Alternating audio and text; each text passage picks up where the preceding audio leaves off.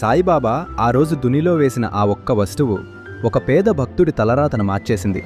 అసలు బాబా ఆ నిప్పుల్లో ఏం చూశారో తెలిస్తే మీరు ఆశ్చర్యపోతారు. ఒక నిరుపేద భక్తుడు తన ఇంట్లో పిల్లలకు కనీసం అన్నం కూడా పెట్టలేని స్థితిలో ఉన్నాడు. అప్పుల బాధ భరించలేక చివరి ప్రయత్నంగా బాబాను వేడుకుందామని షిరిడీ వచ్చాడు. కాని బాబాను చూడగానే తన బాధలు చెప్పలేక మౌనంగా ఏడుస్తూ నిలబడ్డాడు. అప్పుడు బాబా తన దునిలో నుండి ఒక నల్లని బొగ్గుముక్కను తీసి ఆ భక్తుడి వైపు, "దీనిని జాగ్రత్తగా దాచుకో, నీ దారిద్ర్యం తీరిపోతుంది" అని చెప్పారు.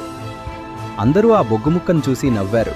కాని ఆ భక్తుడు దానిని బాబా ప్రసాదంగా భావించి భక్తితో తన సంచిలో వేసుకున్నాడు.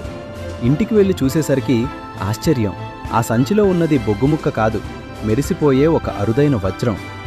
ఆ ఒక్క వస్తువుతో అతని కష్టాలన్నీ తీరిపోయి తన గ్రామంలోనే పెద్ద దాతగా మారాడు. బాబా తన భక్తుడి మౌన ప్రార్థనను విని బొగ్గును కూడా వజ్రంగా